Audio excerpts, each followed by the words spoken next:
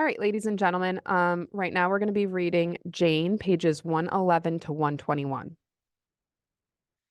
Eleanor Kensington's voice rushed at Jane, straight from the telephone receiver.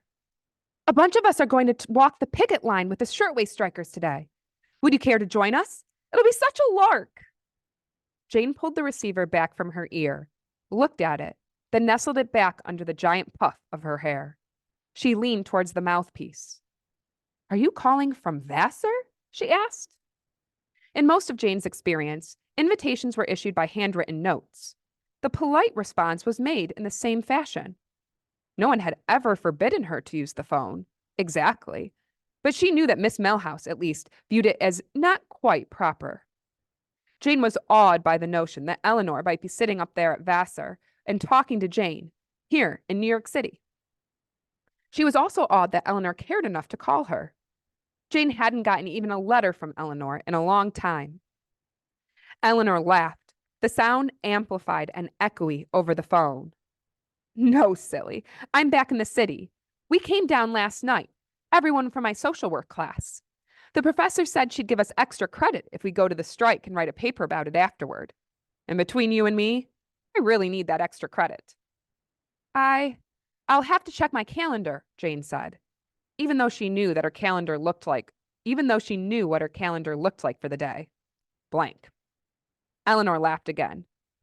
Oh, whatever you're supposed to be doing today, send your regrets, she said. The strike will probably end soon. Lots of manufacturers have settled already. You may never get a chance to do something like this again. Indeed, some mornings lying in bed, Jane could just feel all sorts of chances slipping away. I'll go, Jane decided. How delightful, Eleanor exclaimed. I'll tell my chauffeur to pick you up at... Oh, wait. Jefferson will already be taking me, Melissa, Agnes, Opal, Emma, Lydia. Any chance you could have your chauffeur take you and a few of my other friends? Had Eleanor called her just because her friends needed a ride? Jane put aside this thought as disloyal. I'll have to check, she said. Father may need Mr. Corrigan's services today. Well, call me back immediately, Eleanor said. Jane hung the receiver back on the hook, where it belonged, and went off in search of Mr. Corrigan. She was surprised that his eyes swam with tears as soon as she explained what she wanted. Oh, Miss Wellington, he said, taking up her hands and quite improperly patting them. That's such a kindness you be doing. Those poor, poor girls out there in the cold. You've been following the strike, have you? The uprising of the 20,000, the papers have been calling it. Though I'd wager there are 30 or 40,000 involved. Such brave girls. And with all the society women helping out to try to protect the girls from the police. Miss Wellington, I'd be proud to take you and your friends down there. Jane was ashamed to admit that she hadn't heard of the strike until Eleanor called. What did he mean? Society women were protecting girls from the police. That afternoon, Mr. Corrigan had a car ready right on time, with plenty of lap blankets and hot chocolate in a thick jug. Can't have any of you freezing out there, he muttered as the girls piled in. We'll be going to the Triangle Shirtwaist Factory, one of the biggest in the city, Eleanor directed him before climbing into her own car. In the Ash Building, at the corner of Washington Place and Green Street. Yes, miss, Mr. Corrigan said. The talk in the car was one of the extra credit paper the girls would have to write and of the heavy load of exams coming up at Vassar. Jane, who was facing neither papers nor exams, had nothing to contribute. When the conversation flagged, one girl squealed, Oh, I just thought I was going to put on my old boots today, but I forgot and wore my new ones. You don't think they'll be ruined, do you? She stuck out a shapely ankle, covered in the latest style of boot, the leather so new it sparkled. We'll just be walking around, talking to the strikers, another girl said. What do you think is going to happen? Don't you remember that suffrage rally where those awful men started booing and throwing rotten tomatoes? And the speaker just kept talking, so it would have been rude of us to get up and leave? Jane had missed that event. She started worrying a little about her own boots. Now, Celeste, you know your papa would buy you another pair, the other girl argued. You should be thinking about the strikers. Oh, no. How are we going to understand them? A third girl asked. The professor said most of them are immigrants, Russians, Poles, Italians. I know Italian, Jane offered. And for the first time, the other girls looked at her with something like respect. They pulled up in front of the factory, and Jane was surprised to see that it was the same building she'd mistaken for a school all those months ago. That time she was on her way to tea. But the girls walking in front of the building didn't look so happy now. They looked grim and cold. Jane wondered if she should give them the hot chocolate. But then, what would she and Eleanor's friends have to warm themselves with on the way home? I'll be parked right around the corner, Mr. Corrigan said. If you need anything, just let me know. He looked a little worried now, but Jane wasn't sure what he thought would happen. There was just small clusters of girls walking around. What was dangerous about that? Jane and the others piled out of the car. Thank you for coming, a tall woman in a lovely hat greeted them. I'm Violet Pike, Vassar, class of '07. I'm so glad Professor Trenton agreed that this would be educational for you. All of us must work together for the women's rights cause to succeed. I thought this was a strike, Jane said. Oh, indeed, Miss Pike said. But it's all one and the same in the final analysis, isn't it? The tragedy of the workers' conditions threaten us all. And if women have the vote, then society as a whole will be enriched. We would not allow such abominations to occur, such as these girls being forced to work for pennies, for hours on end. These are our sisters. She gestured toward the strikers behind her. Up close, Jane could tell that Miss Milhouse's criticisms of the working girls' clothes had been all too accurate. Some of the girls' skirts were just one step up from rags. And if they worked in a shirtwaist factory, wouldn't you think they'd have decent shirtwaists as advertising, if nothing else? Mostly, though, Jane noticed that not a one of them had an adequate coat. She pulled her own goodwill tighter around her shoulders and shivered. What are the rules for picketing? Here are the rules for picketing, Miss Pike said, handing around flyers. Jane read one when it came her way. Don't walk in groups of more than 2 or 3. Don't stand in front of the shop. Walk up and down the block. Don't stop the person you wish to talk to. Walk alongside him. Don't get excited and shout when you are talking. Don't put your hand on the person you are speaking to. Don't touch his sleeve or button. This may be construed as a technical assault. Don't call anyone scab or use abusive language of any kind. Plead, persuade, appeal, but do not threaten. If a policeman arrests you and you are sure that you have committed no offenses, take down his number and give it to your union officers. If a policeman arrests you, Jane thought. What had she gotten herself into? What would Father say if he knew she was here? Don't worry, Miss Pike said, because some of the other girls were looking a little pale as well. The police have been very respectful of us. It's just those poor factory girls. Jane and all the Vassar girls turned and looked at the strikers again. This time, Jane saw beyond their ragged clothes, their laughable attempts at fashionable hats, the poor quality of the rats holding up their pompadours. She saw the girls' faces now, the courage in their gaze, the intensity in their eyes. These girls didn't just look cold and grim, they looked determined. What are all these funny symbols below the rules for picketing? One of the Vassar girls asked Miss Pike. Some sort of code? Oh, that's Yiddish, Miss Pike said. Many of these girls are of a Hebraic background, and they can't read English. Hebraic? Hebrew? That made the girls seem even more foreign and exotic. Jane felt like she did at the Central Park Menagerie, watching completely different species. Here are the bears, the swans, the Hebrews, and the Italian girls. But don't let me keep you, Miss Pike said. I'm sure you've got so much you'll want to ask them. A bit timidly, Jane fell into step beside one of the strikers. The girl smiled at her and nodded, making an unbelievably battered hat sway on the tower of her thick, dark hair. Jane tried to think of something she could say in Italian. Ti piace andare all'opera? She finally asked, which she hoped was close to, do you like to go to the opera? The girl looked at her blankly. I'm sorry, she said in accented but precise English. I don't understand. Embarrassed, Jane looked down at her feet. I thought maybe you were Italian, she said. The girl looked like she wanted to say, are you crazy? But she only shrugged politely and said, no, I came here from Russia. I'm Yeta. Jane Wellington, Jane said.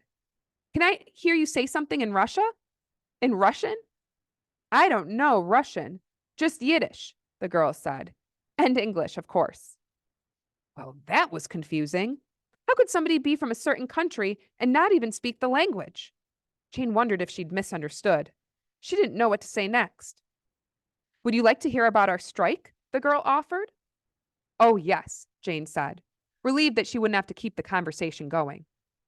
We, the Triangle workers, have been out on strike since September 27th, Yeta said quickly, as if she'd had to recite this many times.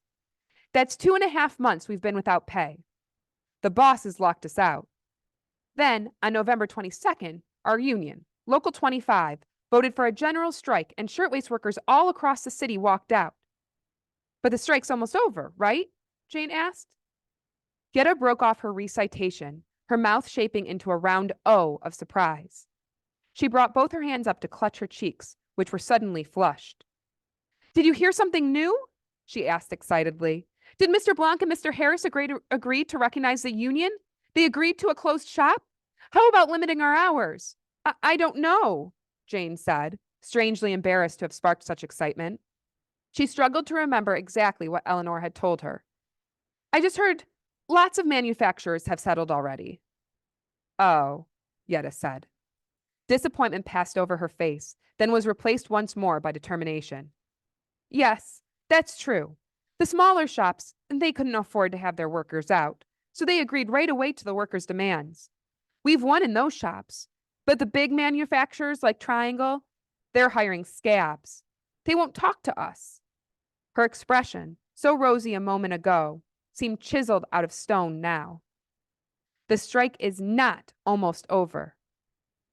Jane burrowed her hands deeper into the fur muff she usually wore only when she was ice skating. She was cold already, and she'd only been out here a few minutes. Why does it matter so much? She asked.